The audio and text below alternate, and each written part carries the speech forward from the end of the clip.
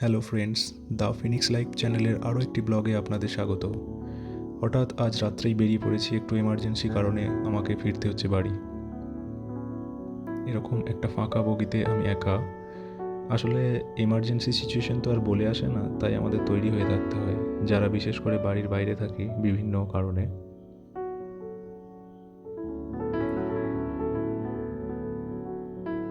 Train ধরে চলেছি শিয়ালদা। আসলে শিয়ালদা লাইনে ট্রেনে যারা নিত্য যাতায়াত করেন তারা হয়তো খুব ভালো বুঝতে পারবেন যে এরকম একটা ফাঁকা বগি আর ফাঁকা ট্রেন পাওয়া মানে সত্যি একটা বিস্ময়কর ব্যাপার, যেটা আপনি দিনের কোনো সময়েই আশা করতে পারবেন না। যেহেতু দিনটা একটু অন্যরকম ছিল, তাই আমি আমার ডায়েরিতে নোট করছিলাম সারাদিনের বিভিন্ন খুঁটিনাটি।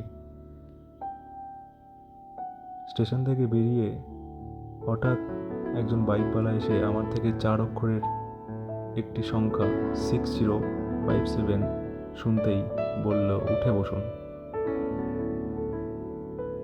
উঠে বসলাম তার বাইকে চড়ে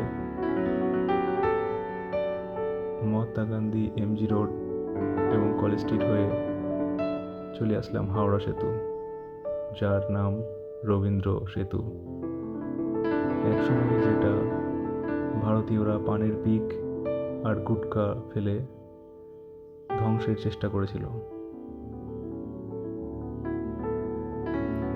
আগে হাওড়া ব্রিজ ক্রস করলেই মনের ভিতরটা কীরকম একটা হয়ে উঠত, যেন মনে হতো কলকাতা শহরের থেকে একটা সুন্দর বাতাস বয়ে আসছে। এখন অবশ্য আর সেই ফিলিংস হয় না। যাই হোক, যখন ওনাকে বললাম দাদা একটু সাবধানে চালান, উনি বললেন আরে র্যাপিডলি না চালালে আমার ঠিক মজা আসে না, তাই আমার নাম র্যাপিডো।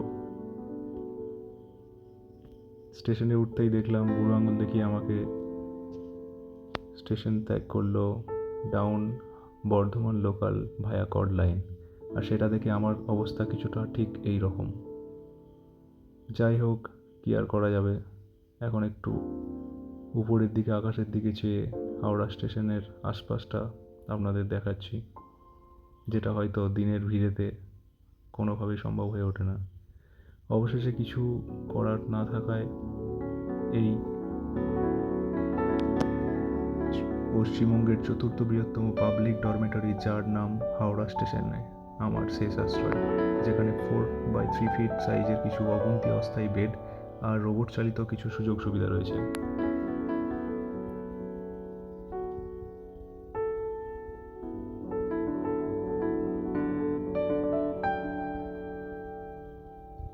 এইভাবে মানুষের আনাগোনা আর বেশ কয়েকটা এক্সপ্রেস ট্রেনের আওয়াজ আর অ্যানাউন্সে কখন যে রাত পেরিয়ে গেল বুঝতে পারিনি।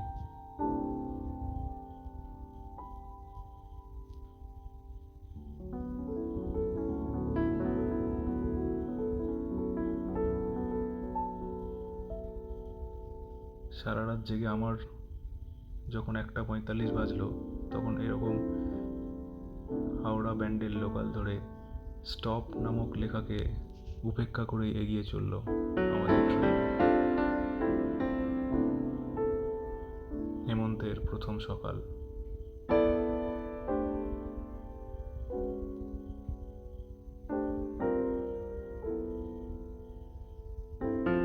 পরবর্তী ট্রেন ধরার আগে হাতে যা একটু সময় ছিল, সেই সময়ে মা গঙ্গারও একটু দর্শন করে নিলাম।